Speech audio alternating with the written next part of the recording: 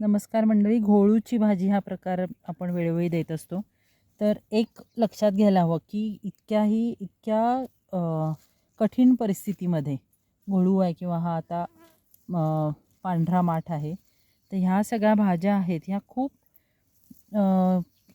काय म्हणतात आपण त्याला, अवघड परिस्थितीतसुद्धा टिकून राहतात. त्यामुळेच तग धरलेल्या असतात. त्यामुळे त्याच्यामध्ये असणारे गुणधर्मही आपल्याला तब्येतीसाठी खूप उत्तम असतात. म्हणजे एखादी भाजी किंवा एखादं फळ अतिशय कठीण अशा काळामध्ये जेव्हा तग धरून जगत असतं ना, तेव्हा त्याच्यामधले सगळे घटक हे आपल्या शरीराला त्याच पद्धतीची प्रतिकारशक्ती तयार करायला मदत करत असतात. आणि ही पूर्ण नॅचरली आहेत, नॅचरली उगवलेल्या गोष्टी आहेत. त्यामुळे अशा रानभाज्यांचा आपण वेळोवेळी वापरही केला पाहिजे. त्याचा आपल्या तब्येतीसाठी होणारा उपयोग करून घेतला पाहिजे. आता ही अगदी मधल्या एका प्लॉटमध्ये थोडी थोडी आलेली आहे घोळूची भाजी. माझी ताई आणि मी आत्ता इथे खुडतोय. आज घरी जाऊन तीच भाजी आम्ही करणार आहोत. पण ह्या गोष्टी तुम्ही पण ट्राय करत राहा.